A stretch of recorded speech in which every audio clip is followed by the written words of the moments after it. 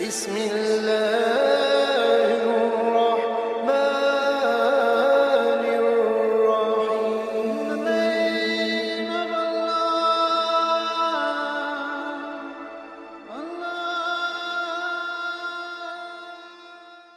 ولتكن منكم أمة يدعون إلى الخير ويأمرون بالمعروف وينهون عن المنكر وأولئك هم المفلحون.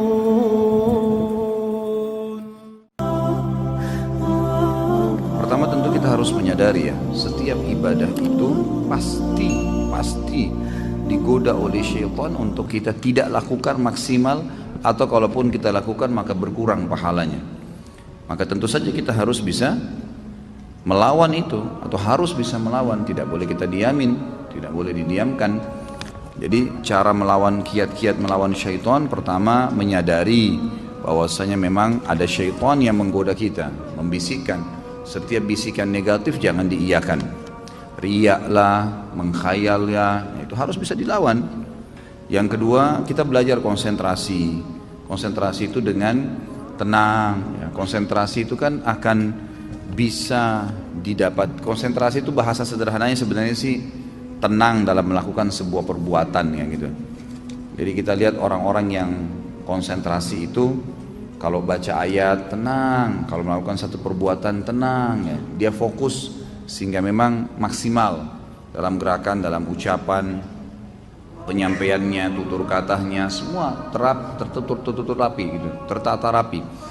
Itu semua karena memang dia coba ya konsentrasi di situ. Jadi kita konsentrasi dalam sholat, dan yakinilah dalam konsentrasi itu setiap gerakan dan ucapan akan ada nilai pahalanya di sisi Allah Subhanahu Wa Taala. Kan? Jadi kita harus bisa tahu itu. Kemudian pada saat syaitan berhasil mencuri sebagian pahala, misal kita tiba-tiba mau mengkhayal, segera kita kembali. Karena Uthman bin Abi Mad'un radhiyallahu anhu berkata dalam sebuah riwayat Bukhari, "Ya Rasulullah, saya setiap kali sholat, sering kadang-kadang saya mengkhayal, kadang-kadang saya kembali."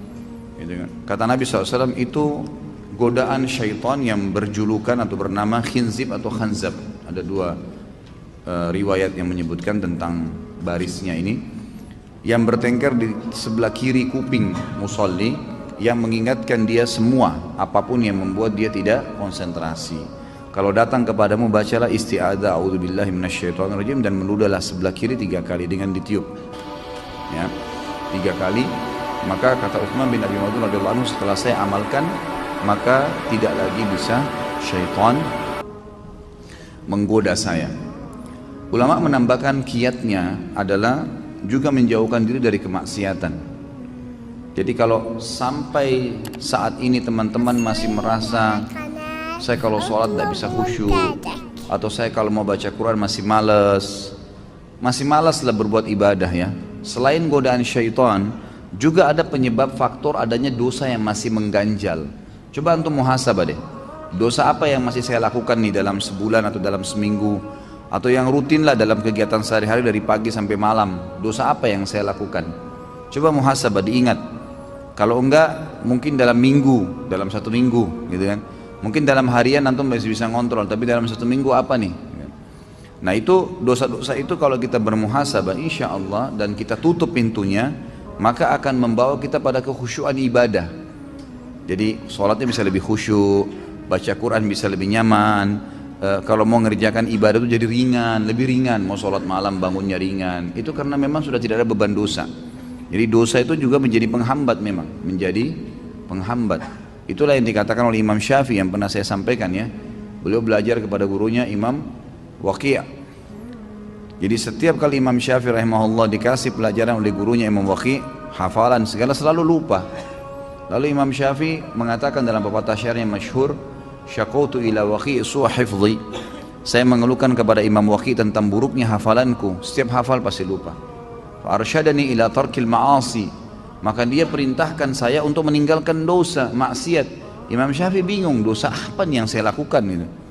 Dia coba bermuhasabah dalam kegiatan sehari-harinya, umumnya semuanya sudah berusaha dijaga, makanannya, minumannya, pakaiannya, halal, pergaulannya, bagus-bagus saja gitu.